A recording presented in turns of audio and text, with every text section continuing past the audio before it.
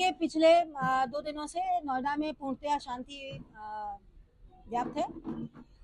Police के द्वारा sector scheme को लागू करते हुए प्रातःकाल से ही लगातार फ्लैग मार्च और पिकेट ड्यूटी कराई जा रही है।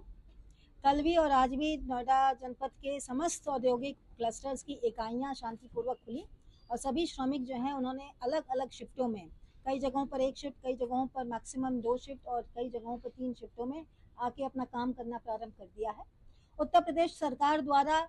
हाई लेवल की कमेटी के रिकमेंडेशंस को स्वीकारते हुए सभी श्रमिक भाइयों के न्यूनतम वेतनमान में जो वृद्धि की गई थी उसको लेकर श्रमिकों में एक संतोष की भावना आ गई है। साथ ही साथ उत्तर प्रदेश सरकार द्वारा श्रमिकों की संभावनाओं को देखते हुए, उनकी भावनाओं को देखते हुए और उनके विभिन्न परिस्थितियों को ध्यान में रखते हुए एक वेज बोर्ड के गठन का भी निर्णय लिया गया था, जिसे कि परसों ही सभी श्रमिक भाइयों को अलग अलग माध्यमों से सूचित करा दिया गया था। इसके बाद ही वो पीसफुली काम पर लौटे हैं।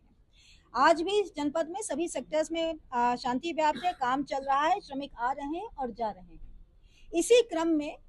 13 तारीख को जब कुछ हिंसक 2 जगहों पर हिंसक भीड़ ने बवाल करना चाहा था और पुलिस ने उसे नियंत्रण किया था, उस दौरान जब सारा बवाल शांत हो गया था तो उसके बाद दोपहर में 2 सोशल मीडिया हैंडल्स के द्वारा एक फॉल्स नैरेटिव तैयार करते हुए गलत तथ्यों को अपने हैंडल से ट्वीट किया गया था और उसके बाद उसको वायरल कराया गया था। मौके से ही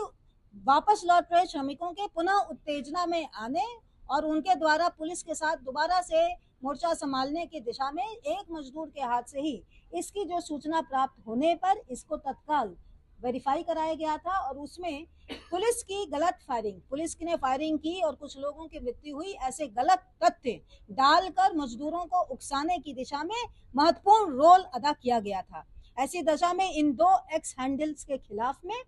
थाना सेक्टर 20 में 2 मुकदमे 13 तारीख को ही लिखे गए थे और उसके बाद विवेचना को आगे बढ़ाया गया था। ट्विटर से आज प्राप्त डेटा के अनुसार जो उन्होंने अपने टेक्निकल डिटेल्स हमें उपलब्ध कराए हैं और उसकी एनालिसिस के उपरांत ये फैक्ट सामने आया है कि ये दोनों ही ट्विटर हैंडल्स @ProudIndianNavi